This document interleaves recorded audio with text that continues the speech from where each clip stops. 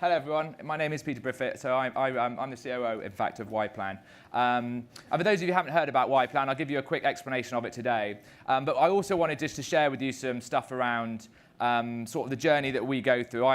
I've been involved in quite a few, lucky enough to be involved in quite a few startups and quite a few, obviously, failures as well. I don't put these on the slide. But in my previous incarnation, I ran Living Social in the UK, so that sort of went from about 2010. From a business I was running in behind Oxford Circus in a little back room to a 300-person organisation in 18 months, 100 million P&L. I'm still a successful business, and I've done a number of other things as well. I've only got 10 minutes. I talk quite fast, so I'll try and fit everything in. And I've had a lot of failures as well in my life. I've started up a lot of things. I actually tried to, in fact, it wasn't even technology. I tried to sell champagne at some stage. It was back in the 90s. When I was working for a company called US Robotics. We were selling modems, and if back in those days, anything attached to a computer was, literally all you had to have was a shop window, and you would make a lot of money. You really had to be a mug not to make money out of anything that was attached. So, but the long story short was, it got to a stage where we used to send our blueprints for our new shiny modem out to our Chinese warehouse, and he'd sell it to his uncle's factory. Then they'd ship back the goods into our retailers before we'd even got to. Able to take our product to market. So I thought, brilliant, I'll start a champagne business, because that's one thing China can never replicate is champagne. So I thought I'd start this business, I'd use a bit of technology, and I'd sell it back into them. But certainly 8 months of my life I'll never get back. I've made some errors, but I'm now with YPlan, and if you don't know who we are, this is the question we're trying to answer, and the question the founders were trying to answer when they came up with the concept is, what are you doing tonight? Can we answer that question for people in cities across the globe? What are you doing tonight? And sounds a simple question, but turns out it's incredibly difficult to actually answer that in a meaningful, personalized way for every user that we have on board. But what we do is we curate a very succinct, curated list of great and exciting things to do, something that you can scroll down very quickly, very visual, and you can book in 2 taps. So if you want to go and see Kylie this weekend at iTunes, you literally click on, see a picture of Kylie, 2 taps, and you can go along, show your phone, and you're straight in the venue. It's become incredibly popular. I think we've got about 1.3 million downloads of the product now. Probably about 700,000 of those are based in London. This is our home market. We've also launched in New York and San Francisco and Edinburgh, funnily enough, because we took an opportunistic advantage of the Fringe Festival.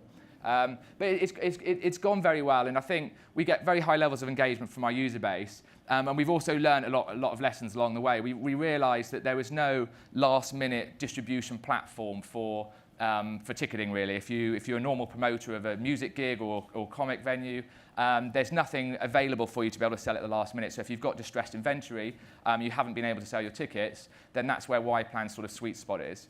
And if you look at the broad range of types of categories, we're in the entertainment business essentially.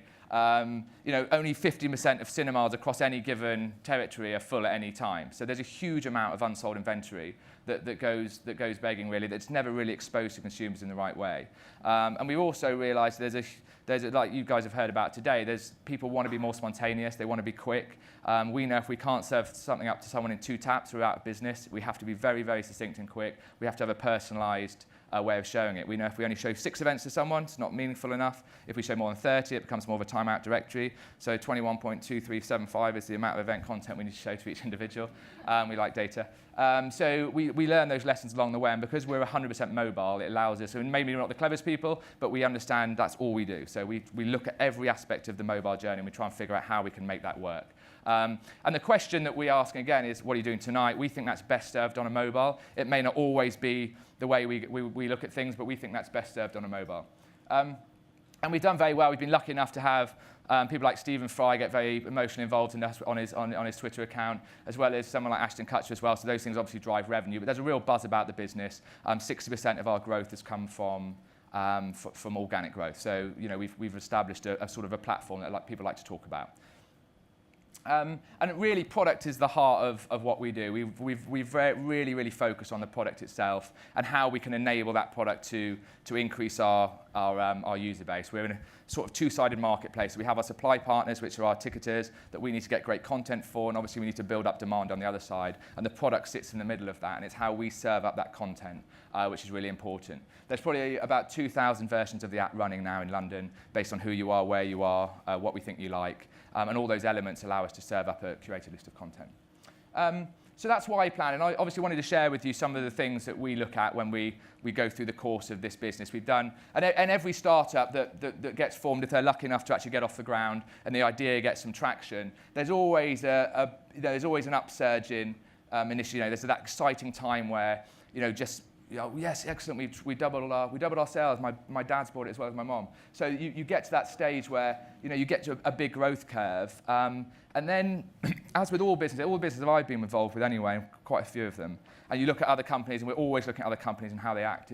There always gets to a point where your initial, and this is the early adopters have picked up the product, they've spoken about the product, you've got some traction, you've got some viral growth. And then there's that tipping point, which anyone in technology is probably fully aware of. This is that chasm crossing point that happens to pretty much all young technology businesses. It's where the revenues, the excitement, the new innovative feel starts to move away, and you get to that point where you have to be meaningful to a customer base. Your product has to be the best in the market. You have to own something. You have to own that niche in a way that the big competitors or even the smaller players coming behind you aren't owning. And it's that mentality and the way that we look at things. And all companies will get to that. In Google's case, they own search. They jumped the chasm, became mainstream based on that metric. And we look at it from that point of view as well. So and the best analogy, because I like war analogies, unless you own something wholly, then the mass market will never take you on. Fundamentally, the early adopters always take on new and bright, shiny things, but the mass market will never do it. And just an example of D-Day landings, whenever we decided to take on Europe, and instead of putting everything across in different and launching it into France in like 5 different areas, everything was honed into one location. All the guns, the ships, the artillery, all went into one location, established a beachhead. And from that beachhead, obviously, you can move on and conquer the rest of Europe. And that's how we sort of look at things. Getting that beachhead when you're in a small, innovative company is really important. When I was at iView, which is a company I sold to Microsoft, it was like Flickr, like a photographic tool, but we were being used by Pixar, Disney, we were being used by font artists, we were being used by designers, graphic designers, Excel. You could put anything into our portal and organize and manage it, but we absolutely focused on professional photographers. We went out specifically to own that marketplace.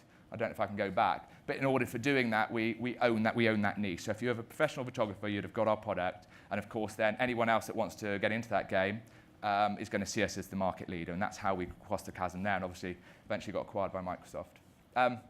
But all marketplaces will naturally develop, and they'll go through the novelty of proposition, exhaustiveness of supply, and YPlan's on step 2 right now. And you'll see that people like Spotify, Uber, they've crossed that path. And now they're able to truly personalize. And in our world, that means getting a huge amount more event content that we can actually hone in and personalize that message.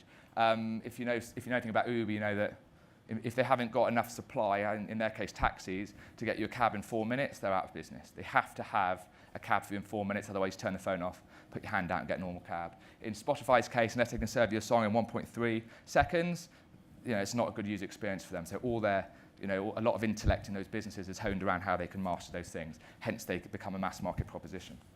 And also what I like is Maslow's hierarchy of needs. I always like this when we're looking at other businesses or startups in our own world. And this is, again, it's old school stuff, but it's really important to know where you are when you're trying to build a business, build an idea, and create a brand name.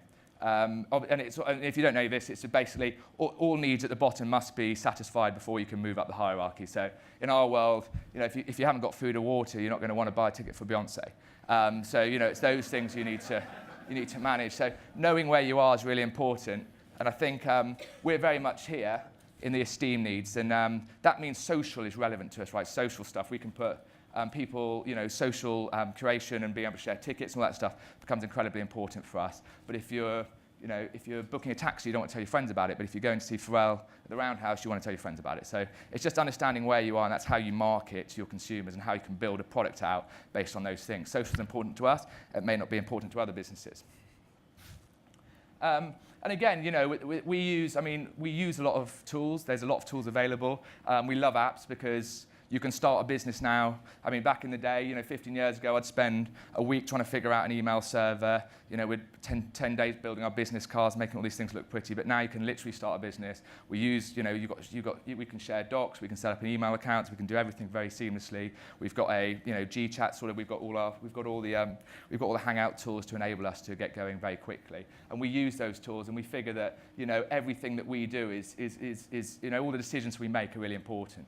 And in startup world, you have to make decisions whichever way you look at it. Because when we sleep at night, no money comes in. So the people on the ground have to be collaborating and making decisions to sort of figure out how that all works out.